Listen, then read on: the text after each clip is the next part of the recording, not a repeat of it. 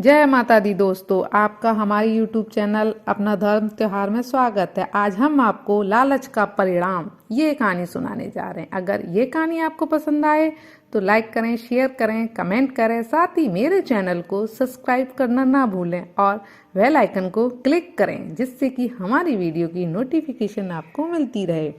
एक गाँव में एक आदमी रहता था। वह बहुत ही लालची था। उसने सुन रखा था कि संतों और साधुओं की सेवा करने से बहुत ज्यादा धन प्राप्त हो सकता है। यह सोचकर वह साधु संतों की सेवा करने लगा। एक बार एक बड़े चमत्कारी संत उसके घर आए। उसने संत की बड़ी सेवा की और संत उसकी सेवा से प्रसन्न होकर उसे 4 नारियल देते हैं और कहते हैं, इनमें से एक नारियल लेना और पूरब दिशा की ओर चले जाना। जहाँ ये नारियल अपना रंग बदल ले, वहाँ की जमीन को खोदना, वहाँ तुम्हें बहुत सारा धन मिलेगा। अगर तुम्हें धन की आवश्यकता पड़े तो दूसरा नारियल पश्चिम दिशा की ओर ले जाना।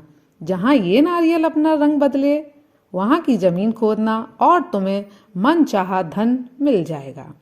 फिर भी धन की कमी पड़े और संतुष्टि ना हो तो तीसरा नारियल लेना और दक्षिण दिशा में उसी प्रकार नारियल के रंग बदलने पर वहाँ की जमीन खोदना, वहाँ भी तुम्हें बहुत सारा धन मिल जाएगा। अब तुम्हारे पास केवल एक नारियल बच जाएगा और एक ही दिशा रह जाएगी। पर तुम्हें याद रखना है, इस नारियल को अपने पास सिर्फ रखना है, इसे उत्तर दिशा की ओर बिल्कुल नहीं ले जाना। यह कहकर संत चले गए। लालची आदमी ने उसी वक्त पहले नारियल को निकाला और पूरब दिशा की ओर चल देता है। कुछ दूर चलने के बाद एक जंगल में उस नारियल का रंग बदल जाता है। उस जगह को वो आदमी जब खोदता है तो वास्तव में वहाँ बहुत सारा धन रखा हुआ था। उसकी खुशी का ठिकाना नहीं रहता और वह सोचता है कि इस धन को तो मैं यहीं छुपा रहने देता हूँ, फिर कभी ले जाऊंगा। पहले मुझे जल्दी ही पश्चिम दिशा वाला धन भी देख लेना चाहिए। यह सोचकर उसने दूसरा नारियल निकाला और पश्चिम दिशा की ओर चल पड़ा। दूर एक उजाड़ स्थान में जाकर नारियल का रंग फिर बदल गया। वहाँ उस आदमी ने जब जमीन खोदी तो उसे बहुत बड़ा खजाना मिला।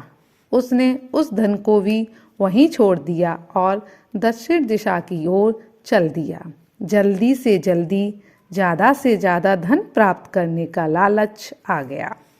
वहाँ भी उसे बहुत सारा धन प्राप्त हुआ। वह आदमी बहुत खुश था। तब वह सोचने लगा, अगर इन तीनों दिशाओं में इतना धन पड़ा है तो चौथी दिशा में इससे भी ज़्यादा होगा। फिर उसके मन में ख्याल आया कि चौथी दिशा में जाने के लिए संत ने क्यों मना किया है। कहीं चौथी दिशा का सारा धन संत तो नहीं लेना चाहता, इसलिए मुझे जल्दी से जल्दी उत्तर दिशा का भी धन देख लेना चाहिए। ज़्यादा से ज़्यादा धन प्राप्त करने की लालच में उसे संत को दिया हुआ वचन भी तोड़ दिया और उत्तर दिशा की ओर चला गया। दूर आगे एक महल दिखाई दिया, जिसके पास जाते ही उस चौथे नारियल का रंग बदल गया और वह समझ गया कि हो ना हो इस महल के अंदर ही धन है। महल का दरवाजा बंद था। जब उसने दरवाजा खोला तो वह बहुत खुश हुआ और बोला, यह महल मेरे लिए ही था। अब तीनों दिशाओं को धन भी यहीं ले आऊँगा। फिर वह आदमी महल के एक एक कमरे में गया। सभी कमरे हीरे मोतियों से भरे हुए थे। वह आदमी खुशी के मारे पागल सा हो जाता है और अपने भाग्य को शाबाशी देता है। फिर जब वह महल में आगे बढ़ा तो उसे एक कमरे से चक्की चलने की आवाज़ सुनाई दी। जब उसने उस कमरे में जाकर देखा तो उसमें एक बूढ़ा आदमी चक्की चला रहा था। लालची आदमी बोला, तुम यहाँ कैसे पहुँचे? यह सुनकर बूढ़े आदमी ने कहा, ऐसा कर, यह चक्की चला, मैं तुझे सब बताता हूँ। क्योंकि जब तक यह चक्की नहीं चलेगी तब तक तू यहाँ से कुछ नहीं ले जा पाएगा। लालची आदमी ने तुरंत चक्की चलाना प्रारंभ कर दिया। तब बूढ़ा आदमी चक्की से हट जाने पर जोर जोर से हंसने लगा। लालची आदमी उसकी ओर हैरानी से देखने लगा।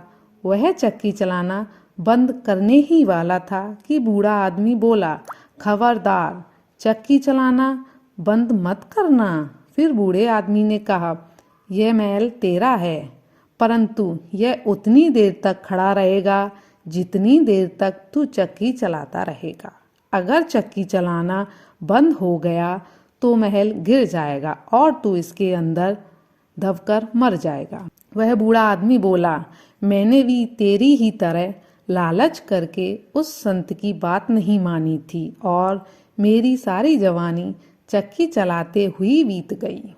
अब वह लालची आदमी रोने लगा कि अब मेरा इस चक्की से कैसे छुटकारा मिलेगा। बूढ़े आदमी ने कहा, जब तक मेरे और तेरे जैसा कोई लालच में अंधा यहाँ नहीं आता तब तक तुझे इस चक्की से छुटकारा नहीं मिलेगा। और बोला, अब यह धन मेरे किसी काम का नहीं रहा।